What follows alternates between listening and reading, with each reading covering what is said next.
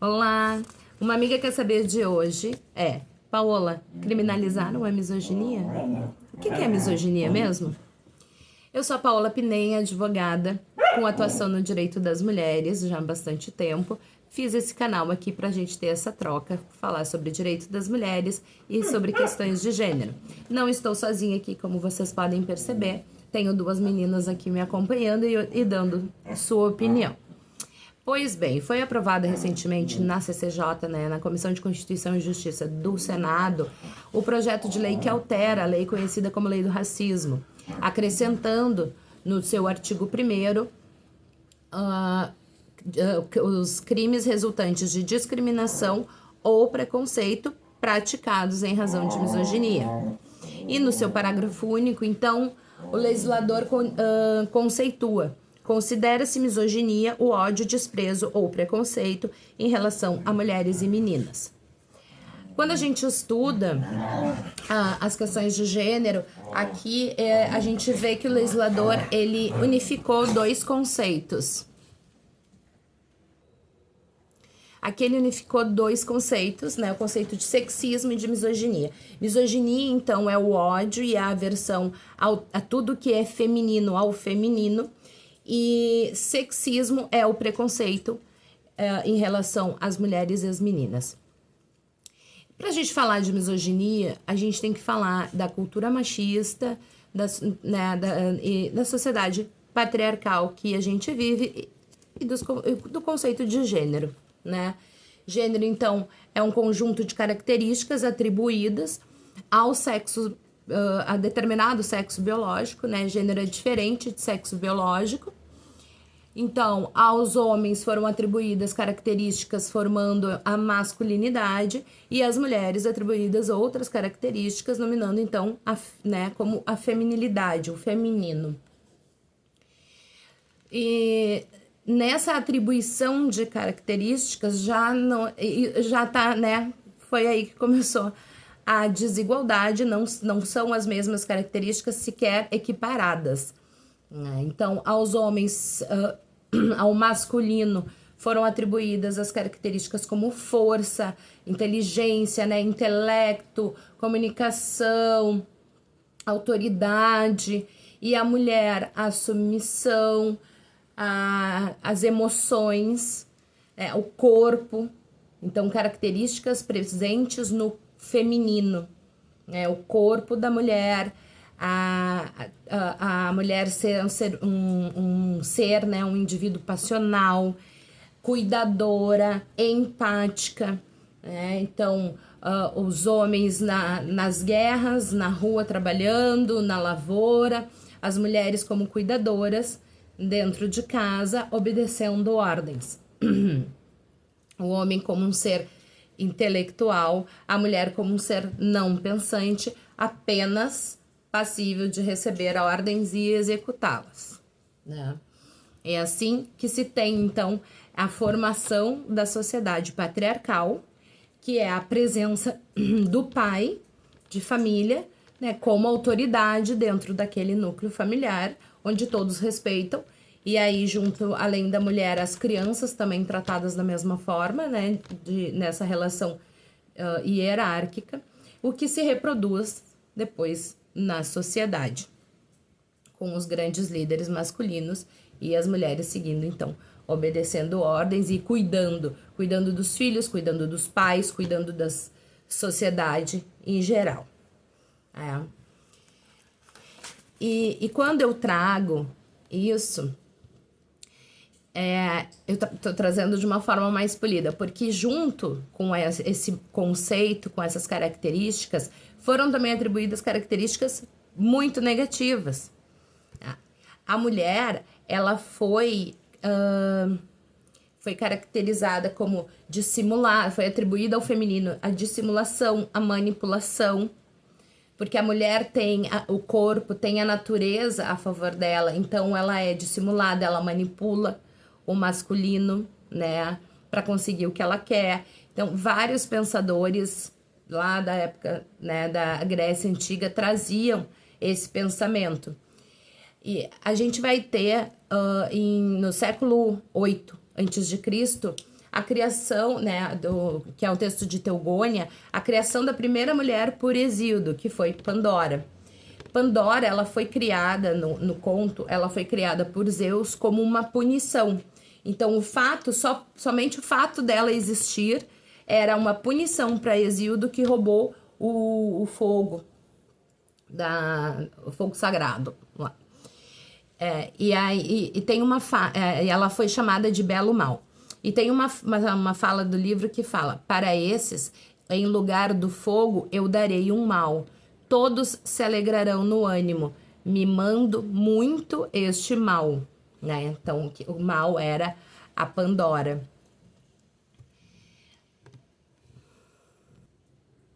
Então, Pandora foi uma armadilha criada por Zeus para os homens, né? Que roubaram o fogo sagrado, enfim... Então, como punição. E Zeus, né, quando criou, ele falou que ele estava criando um ser, né, um indivíduo dissimulada, mentirosa e sedutora. 3 características que a fazem perigosa. E então, assim, né, a Grécia Antiga tem a criação. E a Pandora, quem conhece a história, o mito da caixa de Pandora...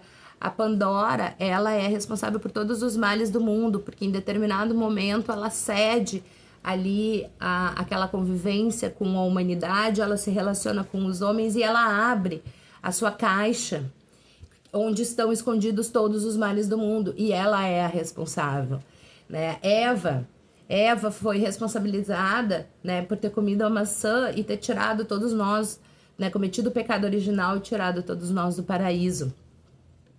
Então, são mulheres trazidas na história, na nossa cultura, como perversas, como manipuladoras e como burras, porque cometeram erros, com falhas, diferente dos homens que não tinham falhas, não têm falhas, né? O Thor, as próprias divindades masculinas, né? Os super-heróis, o Super-Homem, o Batman, são fortes, são másculos, né? São viris, têm os seus superpoderes, podem salvar o mundo. E as mulheres, mesmo quando elas são retratadas como super-heroínas, elas têm falhas, elas se atrapalham porque se apaixonam, o sentimento atrapalha a luta, enfim. E então, assim, essa é a formação que a gente vai vendo ao longo da história, né? E que isso ainda se repete. Claro que hoje a gente já fala muito sobre as questões de gênero, sobre o feminino, sobre as mulheres ocupando cada vez mais espaços, ocupando espaços de poder, mas ainda persiste alguns conceitos da fragilidade feminina, né? Não faz muito se viu um CEO de uma empresa falando que ele não confiaria em uma mulher para ser CEO da empresa dele, porque mulheres não são tão competentes, ou pessoas que alegam que não contratam mulheres porque mulheres têm filhos e aí tem que se afastar do trabalho na licença maternidade, depois tem que cuidar dos filhos como se os filhos fossem só das mães, né? Ou mulheres têm que ganhar menos porque têm filhos e eventualmente precisam se ausentar do trabalho. Então, né, Aristóteles dizia que a mulher era naturalmente inferior ao homem, com menos razão e mais emoção. Essa visão do Aristóteles, ela influenciou negativamente séculos de pensamento sobre a mulher e ainda influencia, ainda hoje. Então, assim, e aí onde é que isso vai levar, né? Essa misoginia, essa diferença de gênero, ela acarreta automaticamente na desigualdade de gêneros, porque todas as características atribuídas ao masculino torna ele superior ao feminino. E quando eu digo que a mulher é um homem com um defeito, né, que a mulher não é tão boa quanto o homem, eu tô reforçando essa hierarquia, né, essa desigualdade entre os gêneros. E é essa desigualdade que vai acarretar na violência de gênero, né, na violência contra a mulher. E a violência contra a mulher, tem na misoginia uma forma de expressão quase como um gatilho, né? Então, porque a misoginia, ela é uma violência a todas. Porque eu não tô... Quando eu ofendo uma mulher por ela ser mulher, né, usando o fato dela ser mulher como ofensa, eu não tô ofendendo só essa mulher, eu tô ofendendo a todas as mulheres. Quando eu digo, né, que mulher não... mulher tem que pilotar fogão, mulher não sabe dirigir, ou mulheres não sabem administrar um negócio, enfim. Quando eu ofendo as mulheres, eu tô ofendendo a todas as mulheres. Eu não dirijo, mas alguém dizer que mulher não sabe dirigir me ofende. Talvez até por isso eu não dirija. Não sei se eu não internalizei isso durante muito tempo e fiquei com medo.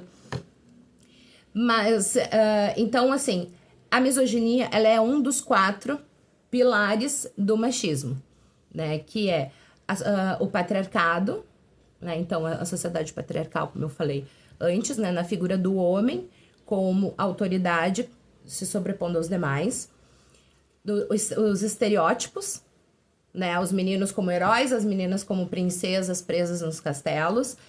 O sexismo e a misoginia, né? Então, aqui o sexismo como o preconceito contra a mulher, né? Mulher não sabe isso, mulher não pode aquilo. E a misoginia, então, como o ódio, como a aversão. Onde é que a gente vê esse ódio, essa aversão? Na comunidade LGBTQIAPN+, nos homens gays afeminados. Os homens gays afeminados, eles geram uma repulsa pelo público masculino heteronormativo, porque eles são afeminados. Existe o preconceito? Com certeza. Não tô aqui descartando nem diminuindo o preconceito à LGBTfobia. Mas o comportamento afeminado dos homens gays causa repulsa, causa aversão. E aí, simplificando, coisas de menina, né? Então, o menino quando chora, não pode chorar porque chorar é coisa de menina. Ou quando ele quer brincar com uma boneca é coisa de menina. Eu vi um vídeo, hoje, agora há pouco, eu vi um vídeo onde os meninos estavam indo no cabeleireiro, no barbeiro, cortar o cabelo, e o rapaz, até como uma brincadeira bem idiota, um vídeo bem desnecessário. O rapaz colocava, assim, aquela capa pra proteger, cor-de-rosa da Barbie. E os meninos, não, tira isso não, eu quero a do Batman, eu quero não sei o quê. Com aversão. Evidente, clara, aversão àquela capa, aquilo do feminino. Eu sou um menino, eu não posso colocar a capa da Barbie. Eu preciso colocar a capa do Batman. Então, assim, essas questões, esse sexismo, ele começa de muito pequeno, com brincadeiras que parecem ser brincadeiras, mas que na verdade estão reforçando e muito esse ódio, essa aversão contra o feminino. Então, quando a gente traz isso para o mundo adulto, para o mundo corporativo, para a política, para o nosso dia a dia, isso escalona, isso tem outro tamanho, isso causa outro prejuízo. Eu vou fazer outro vídeo para a gente falar melhor, mais esmiuçado sobre isso, porque isso é um tema muito interessante, bastante polêmico, talvez pouco conhecido. Talvez a gente fale muito em misoginia sem saber exatamente o que é na prática ser vítima de misoginia. Valeu, pessoal. Obrigada por hoje.